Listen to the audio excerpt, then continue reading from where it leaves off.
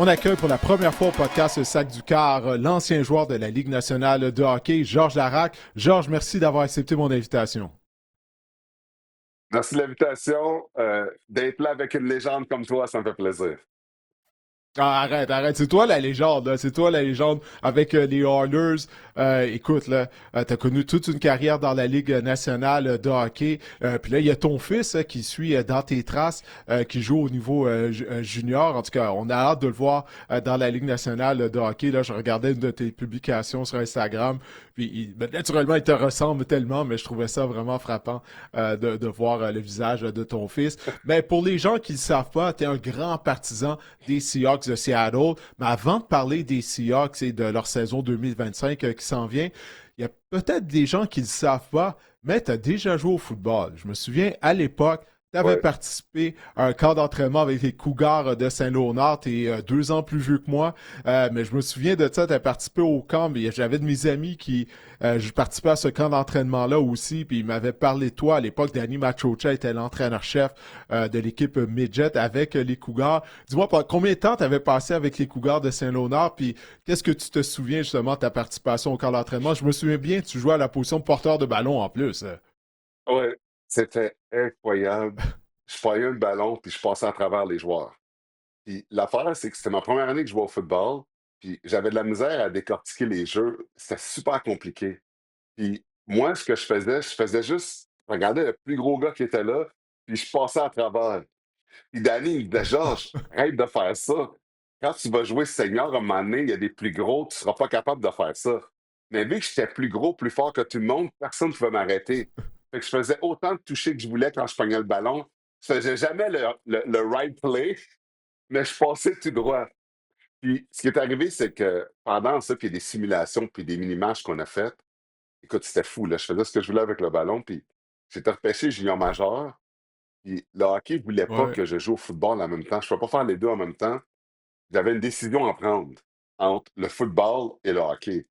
J'avais été voir Danny Metiocha, j'ai dit, Danny, je t'ai repêché junior majeur, il ne me laisse pas jouer au football, je vais choisir le hockey. Puis Danny était comme, genre, t'es noir, tu peux pas jouer au hockey, t'as pas d'avenir au hockey.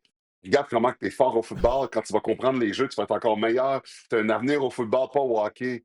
J'ai dit, Danny, toute ma vie, j'ai rêvé de jouer en Ligue nationale, je peux pas. Il m'a engueulé.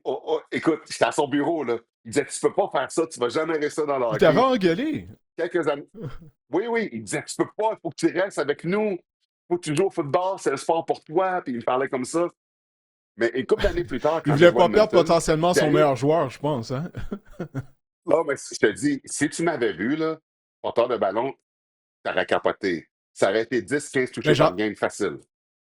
j'en ai C'était entendu fou, là. parler, Georges, Ça comme tu avait pas de dis. sens. J'avais de mes amis qui jouaient avec les Cougars à ce moment-là. Tu sais, moi-même, je jouais pour les Cougars de Saint-Léonard, mais c'est juste que j'étais plus jeune. Puis les gars m'en avaient parlé comme quoi tu avais tout détruit durant le camp d'entraînement. Puis ils se disaient, man, s'il était resté au football, il aurait potentiellement pu avoir une carrière. Ben, tout le monde dit au moins tu aurais décroché une bourse. Ça, écoute, je te crois sur Ouais. parole tout ce que tu dis. J'en avais entendu parler à l'époque. Mais ce qui est fou dans ça, c'est qu'une couple d'années plus tard, finalement, quand j'ai joué avec les Oilers d'Edmonton, Danny est allé coacher les Eskimos d'Edmonton dans la Oui, c'est vrai, CFL. ben oui.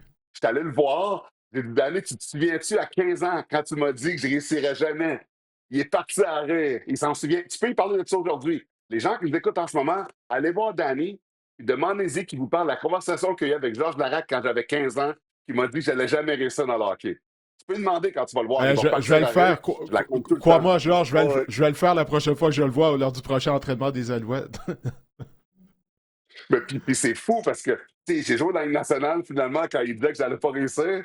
Puis lui, tu sais, il a monté des échelons, il a coaché dans la CFL, il a coaché tu sais, avec les Eskimos. Il est à Montréal, mais c'est quand même fou les choses, comment elles se sont déroulées, puis comment que j'ai pu le revoir. Puis on a parlé de cette conversation-là quand j'avais 15 ans. Ah ouais, ben écoute, qu'est-ce qui est incroyable, c'est que les deux, vous avez réussi à réaliser vos rêves. Tu sais, ton rêve, c'était de jouer dans la Ligue Ouais, nationale de hockey. Tu y es parvenu. Danny, lui, son rêve, ça a toujours été d'être entraîneur-chef dans la Ligue canadienne. Il a gagné une Coupe Grey à Edmonton. Il en a gagné une autre comme DG avec les Alouettes de Montréal. Puis c'est bien que maintenant, vous pouvez en rire de tout ça après toutes ben ces oui. années-là. Fait que, clairement, tu as toujours eu un amour pour le football. Dis-moi, comment tu es devenu un partisan des Seahawks de Seattle? Parce que les Seahawks jouent dans l'Ouest en plus, puis à l'époque, on était jeunes, c'était difficile de voir les matchs des équipes qui jouaient dans l'Ouest. Là, Ouais, le exact. NFL Red Zone n'existait pas. Fait que comment tu es devenu un partisan Ouais. des Seahawks de Seattle? En passant, tu dis Charles Red Zone à chaque dimanche. C'est une religion pour moi, Red Zone. À chaque dimanche, j'écoute le football. J'aime plus le football que le hockey en passant.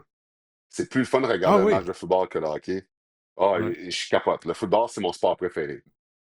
C'est Mais juste qu'est-ce que tu que préfères du le football parcours, comparativement au hockey en tant que spectateur? je trouve que il y en a qui vont être en désaccord avec moi, mais je trouve que c'est plus spectaculaire le football. Je comprends qu'un match est comme 12 minutes, 11 minutes. Quand tu l'écoutes avec Red Zone, c'est mieux parce que tu écoutes toutes les games en même temps, parce que les games sont très longues. Mais je suis pas capable d'expliquer pourquoi j'aime mieux ça. Les stratégies, les jeux, comment que ça fonctionne et tout. Le hockey, peut-être parce que j'ai joué tellement longtemps que ça devient Hmm. redondant, mais le football, je capote, je trouve ça fou. Puis avant les Seahawks, j'étais le plus gros fan de Brett Favre. Puis je suivais, j'étais un fan des Packers. Packers à Green Bay. Puis Brett Favre, je l'adorais, comment il était tough, comment que il se faisait frapper, il manquait pas de match. Il y avait une streak longtemps de matchs à manquer. Oui. Par blessure. Le gars, c'est un gamer. Quand il est parti de Green Bay, je voulais comme suivre Brett Favre. Puis là, j'étais comme. C'était un peu bizarre à Minnesota, puis sa carrière, comment qu'elle est allée. Fait que j'ai comme décroché de lui, puis j'ai décroché de l'équipe. Tu sais, j'avais pas vraiment d'équipe. C'est vraiment Brett Favre que j'aimais. Là, finalement, Ouais. Russell Wilson, quand j'ai appris à le connaître avec le Combine et tout, le genre de personne qui était, puis quand il s'est joué aux Seahawks, je suis devenu amoureux de Russell. Écoute, si je te montrais ce que j'ai ici, là, chez moi, là, j'ai son chandail signé. J'ai plein d'affaires de Russell, j'ai tout. J'ai un mur de football chez nous, OK? Ballon de Russell, j'ai tout, vraiment tout dans mon salon. Puis là, j'ai suivi Russell, puis je tombe en amour avec les Seahawks, puis c'est Marshall Lynch, j'ai le chandail de Marshall Lynch signé. Tu sais, j'ai plein de Wow. choses, puis je suivais cette équipe-là, puis vraiment, je capotais bien raide, puis quand j'étais à Seattle, c'est incroyable. Si j'avais jamais vécu cette expérience-là d'aller voir les Seahawks à Seattle, on dit que c'est le deuxième amphithéâtre le plus brillant de la NFL après Kansas City. Puis, tu sais, We're the Ah, 12, c'est vraiment quelque on chose. crie entre les jeux. Ah non, puis on crie tellement fort dans les matchs que l'autre équipe, souvent, il y a tu sais, des punitions de retardement parce qu'ils n'entendent pas les jeux tellement que le monde Mhm. écrit. Puis là, le monde, les fans crient parce qu'ils savent que c'est eux qui ont causé ça. C'est vraiment exceptionnel. Fait que je suis tombé en amoureux de Russell. Puis moi, au début, j'étais plus un gars, tu sais, je choisis un QB, puis je reste avec lui s'il s'en va. Tu sais, comme il y en a plein qui ont fait ça Mm. avec Brady, quand Brady est parti, il suivait où ce qu'elle allait aller. Mais ce qui est arrivé, c'est que quand Ouais. Russell, puis Super Bowl, puis il y a des belles saisons à Seattle, ça allait bien. Finalement, il est parti, comme tu le sais, là, comment que ça a drôlement fini, il est allé avec les Broncos. Là, j'allais le suivre.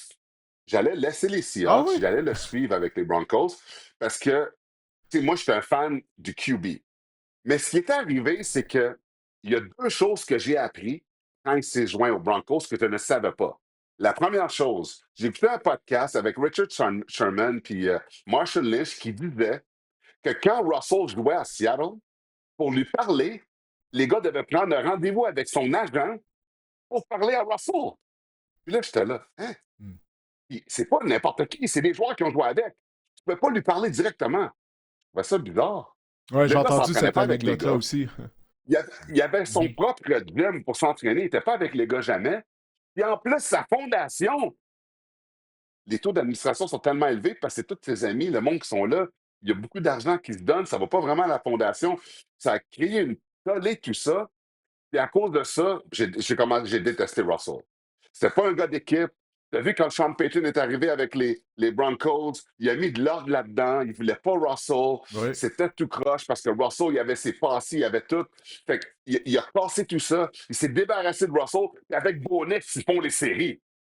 Tu sais, je veux dire, ça te montre à quel point Russell, c'était un poison dans ce vestiaire-là. Mais bref, quand il est passé avec les Mais il y avait Broncos, le ça n'a pas coaching pris de staff temps. aussi qui était Puis, pas très fort à Denver aussi. Sans vouloir le défendre, là, oui, mais ça, c'est le sûr. coaching staff avant l'arrivée de Sean Payton, là, oh mon Dieu que ça faisait dur. Mais Russell, en tout cas, T'as tant qu'à raison. moi, ça fait depuis la deuxième moitié de la saison 2020 qu'il a ralenti. Écoute, il est plus l'ombre de lui-même. Exact. Mais en tout cas, qu'est-ce que tu allais dire?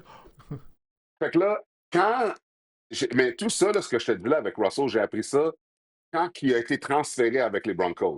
Tu sais, Sherman, puis tu sais, Mhm. l'histoire qu'on vient de dire. Fait que j'ai dit, sais-tu quoi? Ouais, ouais, ouais. Je veux plus rien savoir de Russell. Je vais rester avec les Seahawks. Puis c'est pas grave. Je restais avec les Seahawks quand même parce que je me souviens de l'énergie. Puis j'ai retourné au stade. Puis pas juste ça. Je fais tellement de vidéos avec les Seahawks que l'équipe m'a invité à venir à une game.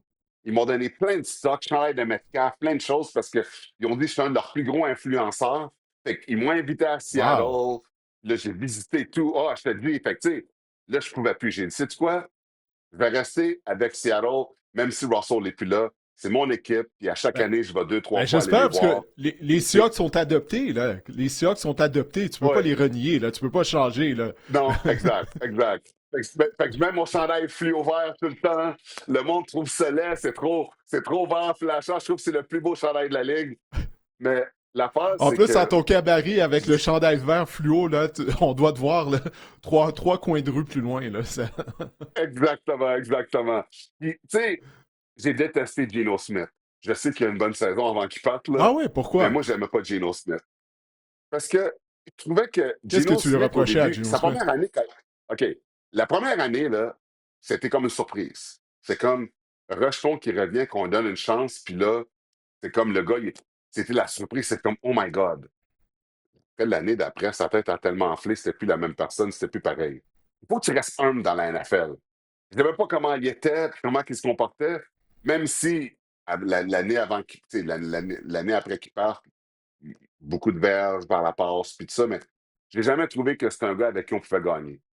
Fait que quand il est parti, j'étais content parce que je le dénigrais tout le temps, même si on s'entend qu'il n'y avait pas les meilleurs outils là, dans l'équipe qu'on avait, puis on n'est pas capable de défendre la Ouais. course. Puis notre nouvel entraîneur qu'on a, il est écœurant. Là. C'est malade. Tu allé chercher les Ravens, j'étais vraiment content. Il est meilleur que notre ancien coach qu'on avait, qui donnait des tapes il faut faire à tous les joueurs, puis Pete Carroll. Mais bref, Quoi, t'étais là, pas un fan de Pete finalement, on se Carroll non débarrasse plus? de. Non, je l'étais, mais c'est juste qu'il fallait changer à un moment donné. Il fallait Il était changer temps un de peu de passer à direction autre à un moment chose, oui. donné. Exact. Mm. Mais là, c'était là, OK. Là, Seattle, c'est une des plus belles villes aux États-Unis. C'est facile d'attirer des joueurs à aller jouer là-bas. Euh, on a beaucoup d'argent. Il faut aller chercher un bon QB. Ça va être excitant. Et On a fait un bon Sam repêchage. Darnold On débarque peut en courir. ville. Fait que je dois Pourri! te demander, là, maintenant, qu'est-ce que Pourri! tu penses de Je ça, là? capotais! Pourri, Sam Capotais quoi? Darnold! T'étais content? Ah, pourri, ok. Non! C'était une honte. Écoute ça. Sam Darnold joue à Minnesota. T'as Addison, man, t'as Jefferson, t'as les deux meilleurs receveurs, Hopkinson, une équipe loadée. Il- En série, les deux derniers matchs, la saison, t'as vu comment il a joué? Le gars, il est mauvais, mais il jouait tellement avec une équipe tactique, ça paraissait pas qu'il était mauvais. Puis là, je regardais comment il était, je Hmm. me dis, là, on avait des rumeurs, on allait peut-être aller le chercher parce que c'est drôle, mais il y a un manque de QB dans la NFL. Il en manque. À un moment donné, il y avait un surplus de QB, puis là, on dirait qu'il en manque. Puis, c'est quoi? Ouais. Dis bien, si tu QB, il y a une équipe pour aller te chercher tellement qu'il en manque. Ça n'a pas de sens. C'est comme on recycle les mêmes gars. Tu sais, le fait que même Aaron Rodgers, qui finit que ça va avec les Steelers, tu te dis, les Steelers, c'est vraiment désespéré, il n'y a personne. On s'en va chercher Sam Darnold. Je le capote. On va jamais rien gagner. Ouais. On avait une opportunité avec les 49ers parce que les blessures qu'ils ont eues, puis McCaffrey, c'est plus la même chose, de gagner la division, mais on n'a pas compris. Je trouve pas qu'avec Sam Darnold, on va faire ça. Sam Darnold ne peut pas courir. Oui, c'est un bon passeur, mais le système de jeu, comment on est, pour sortir du paquet, se déplacer, c'est ça, il ne peut pas faire ça. Fait que je suis pas Ben, écoute, moi content. aussi, je suis J'aime pas très Sam sceptique. Darnold. Ouais, mais je suis très sceptique, moi aussi, là, face à Sam Darnold, parce que, comme tu l'as si bien dit, c'est une situation idéale pour lui au Minnesota, avec les armes qu'il avait à sa disposition. La ligne d'attaque, bon, elle a mal joué à la fin de la saison régulière, puis lors du match éliminatoire, mais quand même, en plus de ça, coaché par Kevin O'Connell, qui est un vrai gourou des carrières. Kevin O'Connell, l'entraîneur-chef des Vikings du Minnesota. Donc, puis malgré tout, comme tu l'as dit, il a mal terminé la saison. Moi, j'ai hâte de voir ça du côté des Seahawks. Parce que si les Vikings, puis je sais qu'ils ont repêché J.J. McCarthy en première ronde, mais ils n'étaient pas intéressés même à le garder. Pour moi, là, j'ai hâte de voir ça. J'ai hâte de voir ça. Derrière la ligne à l'attaque des Seahawks, on a essayé de l'améliorer durant la saison morte, mais je suis comme toi, je suis pas aussi sévère que toi à l'endroit de Sam Darnold, mais je suis très sceptique de voir s'il va pouvoir connaître du succès à Seattle. Check bien J.J. McCarthy en passant. Tu sais, oui, il a été blessé, puis c'est pour ça qu'on se demandait qu'est-ce qu'on allait faire. Aaron Rodgers a fait aller là-bas. D'ailleurs, Aaron Rodgers voulait aller Mhm. avec les Vikings. Ils ont réfléchi longtemps avant de dire que finalement, ils ne voulaient pas. Ils vont donner une chance à McCarthy, mais McCarthy va faire un bien meilleur job que Sam Darnold a fait à Minnesota. Je sais qu'il y a beaucoup de monde qui disent qu'il est overrated, mais il n'est pas fou leur coach, puis ils savent qu'est-ce qu'ils font. Puis je pense que les gens qui sont fans des Vikings vont être contents cette année. Mais pour moi, même moi, c'est la déchéance totale.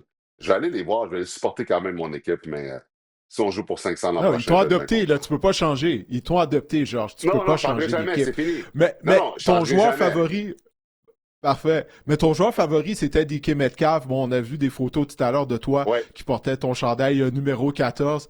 DK est plus là. DK est rendu à Pittsburgh avec les Steelers et Aaron Rodgers. Ça a été quoi ta réaction là, lorsqu'ils ont échangé leur receveur numéro un? Ah, man, j'étais là.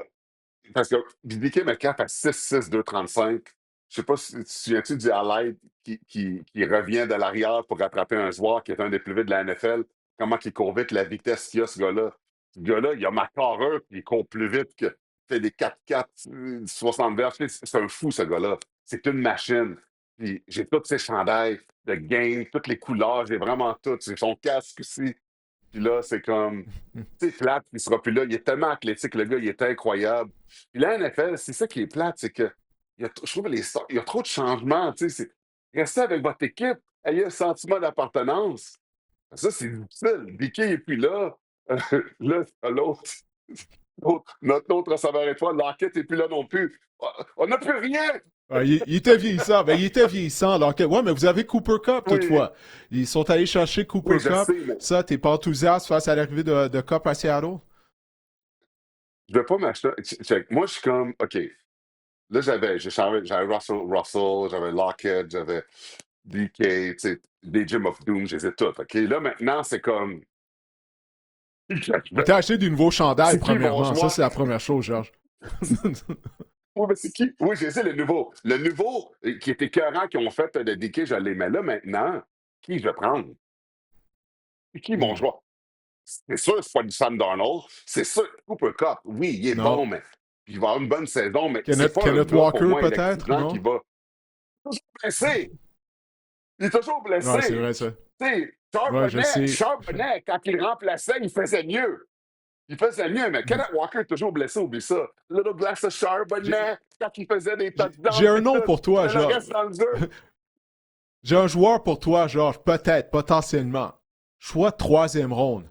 Jalen Milroe, carrière, anciennement d'Alabama. Je ne dis pas qu'il va devenir un joueur vedette instantané. Là. Il y a une raison pourquoi il a été repêché en troisième ronde. Pour moi, il aurait dû rester dans les rangs universitaires cette année afin de s'améliorer. Mais c'est tout un athlète. Il est imposant physiquement pour un carrière. Il a couru un 4-3 aux 40 verges. Puis, pour un carrière, il court de façon robuste. Puis moi, je crois que Milroe va jouer un rôle au sein de l'attaque des Seahawks dès cette année. C'est pour ça qu'on l'a repêché en troisième ronde. Je l'imagine peut-être jouer un rôle à la Taysom Hill. Tu sais, des Seahawks de Seattle. On va Oh utiliser ouais, l'option, on va lui demander de man. passer, ou près de la zone début surtout. Est-ce que tu es excité à l'idée peut-être de voir Milroe avoir un rôle au sein de l'attaque des Seahawks? Mais juste quand tu as dit que Milroe peut devenir un Tyson Hill, tu m'as donné un semi-croquant. Tyson Hill, c'est le meilleur joueur utilitaire de la NFL. Si c'est ça qu'on a avec lui, je vais capoter. Ça, s'il devient Tyson Hill, comme tu dis, en devenant, c'est sûr que j'achète ton chandail. Parce qu'on s'entend, Tyson Hill, c'est un des joueurs que je respecte le plus dans la NFL. Ce gars-là, il est incroyable. Il fait tout. Je me suis à un moment donné, c'est pas lui qui a le record d'ailleurs de le nombre de verges dans toutes les positions qu'il a faites. Il y avait un touché, la course, la passe, réception. Tu sais, il avait tout fait, là. Tu te souviens, tu sais, il est Ah, peut-être incroyable, lors d'un Tyson Hill. match, ouais, ça se So, peut, ouais. Non, oui, il est très il a fait polyvalent. quelque chose Moi, de pour même. moi, Jalen. Oui, oui, oui, non, c'est possible lors d'un match. Une passe de toucher, un toucher au sol, puis une réception pour un toucher lors de la même Ouais. rencontre. C'est possible, il faudrait vérifier. Mais pour moi, Jalen Milroe, le pire scénario, c'est qu'il a une carrière à la Taysom Hill. La question de savoir est-ce qu'il va pouvoir se développer pour devenir un carrière partant éventuellement, ça reste à voir. Il y a beaucoup de travail à faire, mais il est tellement un bon athlète, explosif, robuste, comme Taysom Hill l'était lorsqu'il est arrivé avec les Saints à Nouvelle-Orléans, que pour moi, je peux voir les Seahawks utiliser de cette façon-là dès cette année. En tout cas, on va voir ce que ça va donner, mais ça, c'est ma suggestion de chandail à acheter.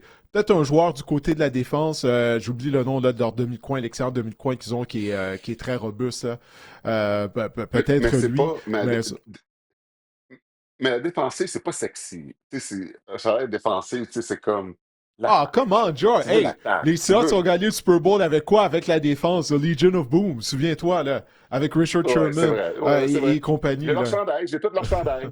Kyle En plus Fuller, de j'ai ça, son toi, tu étais un chandail, je les ai joueur tous. robuste quand tu jouais au hockey. J'imagine que tu devrais être justement un Ouais, fan des joueurs robustes en défense. ouais, ouais, mais je vois jamais en désavantage numérique. Ah, il y a ça. Il y a ça peut-être. Ouais, c'est peut-être une bonne raison. Ben écoute, Alors, Georges, je je te niaise, je remercie niaise. encore une fois. Ouais. Ben écoute, hey, je te remercie Non, d'avoir n'importe accepté quand, mon n'importe quoi. invitation, qu'on ait pu jaser des Seahawks. Bon, ben écoute, si tu me dis n'importe quand, on a Hey, l'enregistrement de l'épisode, on va te recontacter durant la saison régulière, surtout là si ben ça va oui, bien pour pendant les la Seahawks. saison. Puisque c'est. Ben oui, bon, ben parfait, Mais dis on une va le question pour faire, toi. Georges. Ouais, vas-y, je Question t'écoute. pour toi. Il y a combien de gens qui nous écoutent en ce moment que c'est des fans des Seahawks? Ah, je sais pas, ça c'est une bonne question. Écoutez, ben regarde, on va lancer un appel à tous, aux gens qui écoutent le podcast ou qui le regardent sur la chaîne YouTube. Si vous êtes des partisans des Seahawks de Seattle, tout comme Georges, ben dites-le dans les commentaires ou sur nos réseaux sociaux. On aimerait voir là, combien de partisans des Seahawks écoutent régulièrement le podcast. Alors, puis on va Puis, inviter les gens à les suivre sur les réseaux sociaux s'ils le font pas également. Puis peut-être que tu seras en mesure d'échanger avec eux durant la saison. Pour le meilleur ou pour le pire, on va voir qu'est-ce qui va arriver avec les Seahawks en 2025, avec tous les changements qu'ils ont apportés à leur formation. Dédié, pendant la saison de football, on fait beaucoup de voyages de foot. Ça serait le fun que tu viennes avec nous pour au moins un voyage. On choisit une coupe de matchs pendant l'année qu'on va. Puis l'année passée, je ne sais pas si tu sais qu'on a fait ça. On est allé à Philadelphie le 29 décembre, aller voir un match des Eagles contre les Cowboys. Puis j'ai fait un Ah dare, OK? oui. Quelqu'un m'a daré de mettre le chandail des Cowboys à Philadelphie. Ah non. Ah non, t'as pas fait ça. Ouais, ouais, dans la rue, je l'ai Ok, mis. Le monde me menaçait de mort, voulait me tuer. Je l'ai mis, je l'ai gardé tout le match. C'était comme ça. Puis je suis pas un fan des Cowboys, c'était juste un dare. Le monde disait que j'allais me faire ouais, ben. attaquer. J'ai passé dans le tailgate devant 30 000 personnes avec le chandail des Cowboys. Dak Prescott, tout le monde m'a crié après. La raison pour laquelle personne ne m'a sauté dessus, c'est parce que je n'étais pas menaçant, je souriais, mais je faisais rien. Il y en a qui étaient dans ma face à ça, puis qui me sacraient après, et je faisais rien. Je faisais absolument rien. Ah Fait ouais. que, si j'avais Ben, poussé t'as bien fait quelqu'un, de il y rien a 1000 faire, personnes qui Georges. me sautaient dessus. Mais Ça non, aurait mais été oublie ça, fini. Écoute, ça aurait été ça fini. aurait été fou. Les, Ouais, les je sais. partisans, Ouais, je sais. écoute, les Eagles, les partisans des Eagles détestent les Cowboys. C'est l'ennemi numéro un. Ouais. Puis j'ai eu la chance de couvrir deux Super Bowls, non, trois Super Bowls avec les Eagles, leurs deux victoires. Puis quand ils avaient perdu contre les Chiefs également, puis leurs partisans sont tellement passionnés. Écoute, c'est pratiquement là, une mission suicide là, que tu as fait, là, d'aller à Philadelphie Ouais. avec un Le chandail des garde, Cowboys. Moi, on pourrait pas me payer pour faire ça. la sécurité m'a dit de ne pas faire ça. La sécurité à la porte, Hmm. quand je l'avais, ils ont dit tu ne devrais pas rentrer avec ce chandail-là. Ils m'ont averti. Ah, c'est pas des farces, ça. Genre, c'est pas Ouais. grave, c'est pas grave. Mais je sais que c'était cave, mais des fois, tu sais, je suis Ben, un ça aurait pu peu. mal tourner, J'ai des sérieusement, hein, idées. Georges, ça aurait pu mal tourner. Même si t'es Je suis même imposant pas fan des physiquement et tout, Cowboys. mais Didier, contre 30 Didier, je suis personnes, il n'y a même pas rien que fan tu peux des faire. Cowboys en plus. Justement, t'as risqué ta vie pour rien, finalement, pour rien. Ben, je suis Hey, faites content pas ça à la que ça ait bien maison. tourné. Non, non, vraiment pas, vraiment pas. À déconseiller. Quand tu vas à Philadelphie voir un match des Eagles, même si c'est un partisan de l'équipe adverse, arrive là avec des couleurs neutres. OK? C'est le meilleur conseil que je peux donner. C'est pas de la farce. Parce que je me Exact. souviens à l'époque, dans le vieux Veteran Stadium, à l'époque, il y avait même une prison dans le stade. OK, à quel point, là, tu sais, les partisans des Eagles, bon, avec l'alcool, le consommant de la bière et tout, puis il y avait des batailles dans les estrades, il y avait même une prison dans le stade. Je sais pas s'il y en a une au Lincoln Financial Field également, mais bref, non, déconseillé. En tout cas, sois heureux d'avoir été en mesure de quitter le stade des Eagles en un morceau, qu'il te soit rien arrivé, puis s'il te plaît, genre, répète pas l'expérience. La prochaine fois que quelqu'un, là, te fait un Non, dare, dis non. Dis non. OK? Dis non. super. Allez, Georges. Bon, ben parfait. Écoute, porte-toi bien, puis on aura l'occasion de se reparler durant l'été. Puis pour le voyage sportif, ben écoute, on communiquera, puis on verra si on pourra mettre ça sur pied. Et habituellement, je travaille tout le temps lorsqu'il y a des matchs de la NFL, mais peut-être qu'on pourra trouver une date qui fonctionne. Fait que Georges Larac, merci Super. beaucoup de ton passage au podcast Sac du Cœur. N'importe quand, merci Didier. On a deux questions, Didier, du public sur les Seahawks de Seattle, en fait sur Sam Darnold. Les gens veulent savoir, Sam Darnold. Tout d'abord, Elliot Landry via Instagram qui nous demande que pensez-vous de Sam Darnold à Seattle? Il avait une super situation avec les Vikings. Est-ce qu'il peut vraiment livrer sans autant de soutien? Et la question de coach Nico sur Instagram était essentiellement, allait dans ce sens-là également. Qui nous demande Sam Darnold peut-il aussi bien performer que l'année dernière sans Kevin O'Connell et Justin Jefferson? Didier, est-ce que Sam Darnold peut aussi bien performer qu'avec les Vikings si on exclut peut-être les deux derniers matchs de sa saison, par exemple? Ouais, ben je serais curieux de savoir, Marc-André, qu'est-ce que tu en penses? Parce que là, j'en ai parlé en long et en large avec Georges Larac de Sam Darnold, puis Georges est vraiment pas vendu à l'idée d'avoir Sam Darnold comme carrière partant de son équipe favorite. Alors toi, qu'est-ce que tu en penses de ça, là? De l'arrivée de Darnold à Seattle? Je pense que le problème, ça va être la ligne à l'attaque. Ça va revenir à ça. On avait une super ligne à l'attaque. En tout cas, on avait une très bonne ligne à l'attaque du côté des Vikings du Minnesota. Je pense qu'on a voulu l'améliorer du côté des Seahawks. Maintenant, est-ce que ça va se transposer sur le terrain? Je demeure perplexe à ce niveau-là. Je pense que la ligne à l'attaque va faire foi de tout. Je pense qu'il sera pressé davantage. Et on a vu là, en fin de saison, lorsqu'il était pressé davantage, Sam Darnold, il y avait un peu plus l'air du corps qui était avec les Jets de New York que du corps qui était avec les Vikings depuis le début de la saison. 35 passes de toucher l'année dernière, là, Sam Darnold, c'est assez impressionnant. Quand tu regardes ça, je me souvenais plus qu'il avait lancé 35 passes de toucher. Je pense qu'on a quand même des armes en attaque. On veut courir davantage également avec le ballon du côté des Seahawks de Seattle, avec Clint Kubiak. Je pense que son schéma tactique, bon, ça permet au jeu au sol d'être meilleur. Ça pourrait aider Sam Darnold, mais ça pourrait le nuire également. Est-ce que je pense qu'il va être aussi productif? Je ne pense pas. Mais de là à dire, est-ce que je pense qu'il va être un quart, un quart médiocre? Je ne pense pas aussi. Je pense qu'on devra lui donner un rôle de, comme on dit, de game manager, là, d'un quart qui gère un match. Je pense que Sam Darnold peut tirer son épingle du jeu si la ligne à l'attaque tient à ce niveau-là, c'est mon avis. Moi, ma question, une des questions que j'ai, c'est où est la rapidité, la vitesse à la position de receveur de passe du côté des Seahawks de Seattle, là? Avec le départ de DK Metcalf, Jackson Smith et Njigba, écoute, c'est un bon receveur de passe. Maintenant, on en fait notre receveur numéro un.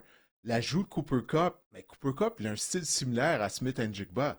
OK? Il n'y en a aucun des deux qui est un marchand de vitesse. Alors, il me semble qu'il manque un élément au groupe de receveurs Hum. de passe des Seahawks de Seattle, je crois personnellement. Je ne sais pas ce que tu en penses, mais ça manque de punch, ça Ben, manque de jus à la position de receveur. il y a un petit, il y a un petit bot, faut pas partir en peur, là. On est au mois d'août seulement. Il y a un petit bot autour de Torrey Horton qu'on a repêché, je crois, en cinquième ronde du côté des Seahawks. Hmm. L'année qui a été blessé la saison dernière dans la NCAA, mais qu'on dit là, que c'est un marchand de vitesse.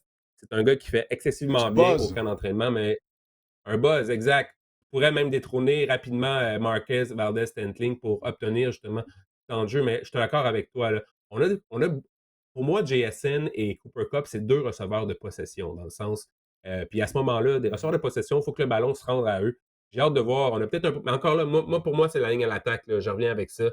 Oui, on a repêché Greg Zabel là, en première ronde, mais je pense que ça va être encore une carence là, du côté des Seahawks. J'ai hâte de voir. Puis Orton, pour les fervents là, de fantasy football, de billets de loterie de fin de repêchage dans des poules vraiment, vraiment profonds. C'est peut-être lui la solution, mais je pense pas qu'on. Encore là, c'est une question de volume aussi, là, Didier. Je pense pas qu'on va avoir le volume. Je pense qu'on va vouloir courir avec Ken Walker, avec Zach Charbonnet.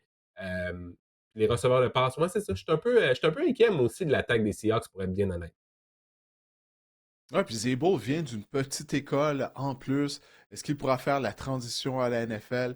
Donc, en tout cas, on va voir qu'est-ce que ça va donner du côté de Seattle. Maintenant, question de savoir combien de victoires les Seahawks vont avoir, Marc-André. L'année dernière, 10 victoires pour Seattle, mais on est allé de plusieurs changements.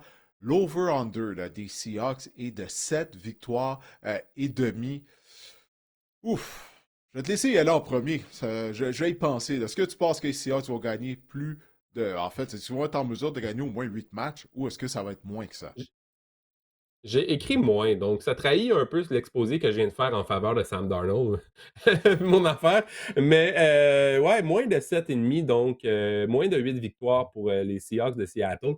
Je pense qu'on a une bonne défense, Didier. Je pense que la défense peut être est sous-estimée. Ça pourrait être une des bonnes défenses, top 5 même, je te dirais, dans la NFL si tout se passe bien. Mais on a tellement trop de points d'interrogation. Et on a des joueurs fragiles également. Ken Walker est encore blessé, Didier. Il part, il revient des camps d'entraînement. Il manque des Ça y journées de est. camp d'entraînement. Il revient, il part. Bref, j'ai hâte de voir ça, mais oui, j'ai mis moins parce que je pense qu'on est la pire équipe de cette division-là cette année. Ouais, je veux dire moins, moi aussi, Marc-André.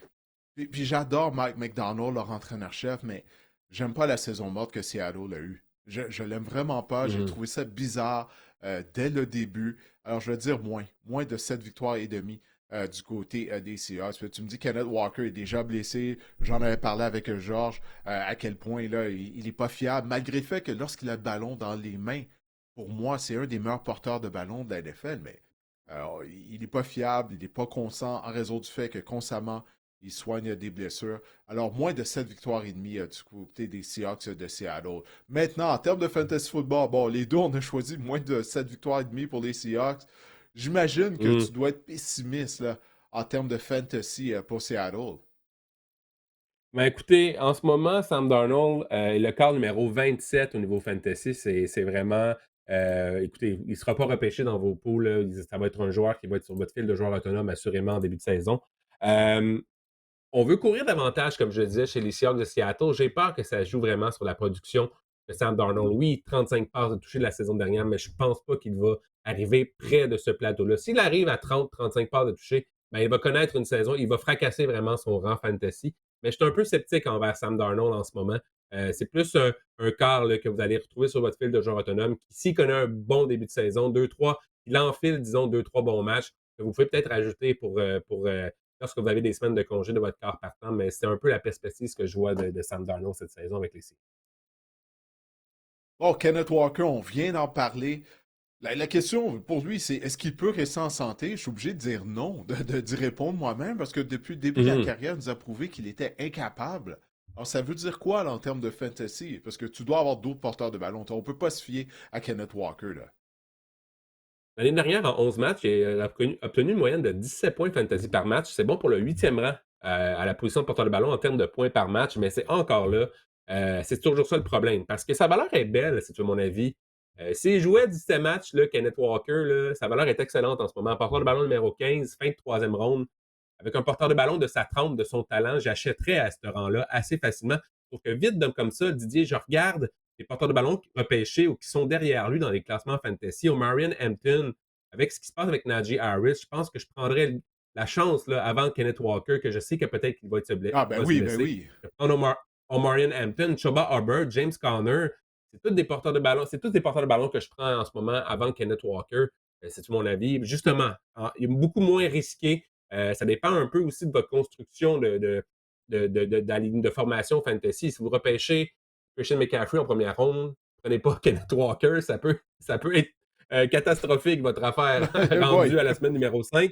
Mais dans le sens, si vous voulez prendre le pari, c'est pas le talent, Didier, mais encore là, j'ai mes réserves envers Kenneth Walker. C'est encore difficile au camp d'entraînement. Mais écoutez, s'il dispute 17 matchs, c'est un porteur de ballon extrêmement talentueux, extrêmement productif, dans un nouveau schéma qui va être vraiment lui être favorable là, pour connaître du succès.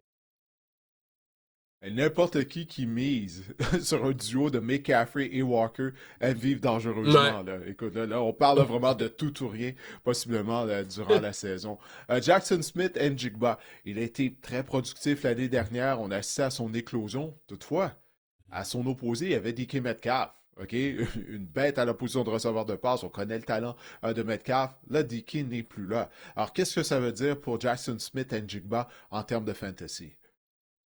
Il a vraiment connu l'éclosion à partir de la semaine numéro 9. C'était difficile en début de saison. Mais entre la semaine numéro 9 et la semaine numéro 18, receveur numéro 8 en termes de fantasy et ciblé 25% du temps par Geno Smith. Donc, il était vraiment le moteur là, de l'attaque des Seahawks de Seattle. Sûrement que Kenneth Walker était blessé pendant cette période-là. On dit au camp d'entraînement, Didier, que JSN est une menace constante. On le voit partout sur le terrain. C'est vraiment bon signe. Et lui aussi, mon cœur commence à se réchauffer au niveau fantasy. Receveur numéro 14, je trouve que c'est une belle valeur en ce moment, choix de troisième ronde. Et Didier, j'ai une petite statistique pour toi. JSN, Jackson Smith et Jigba, l'année dernière, il a obtenu 100 réceptions. Il est seulement le 6e receveur à obtenir au moins 100 réceptions dans l'histoire de la NFL avant l'âge de 23 ans. On oublie qu'il est encore jeune, JSN aussi. Écoutez, à ce prix-là, selon moi, c'est un receveur numéro 1 incontesté. Il va avoir du volume. Et avoir un receveur de cette trempe-là en fin de troisième ronde, ben, je commence à adorer son prix. C'est toujours une question, Didier, de prix, de rang de sélection versus son prix, versus valeur, plus que la qualité La qu'est le valeur. joueur de football en tant que tel. Là. Exactement. C'est une question de valeur et de rang de sélection, en fait. C'est Patrick Mahomes en 4e ronde, c'est pas une bonne sélection, mais rendu en 9e ronde, ça devient une bonne sélection. C'est un peu. Ouais, ben ça. Un peu comme un vrai repêchage. À un certain moment donné, tu te dis, Exact. OK, ce gars-là est talentueux. Il y a, il y a peut-être des raisons pourquoi il chute au classement, mais à un certain moment donné, tu te dis, écoute, ça n'a pas de bon sens. On doit le repêcher.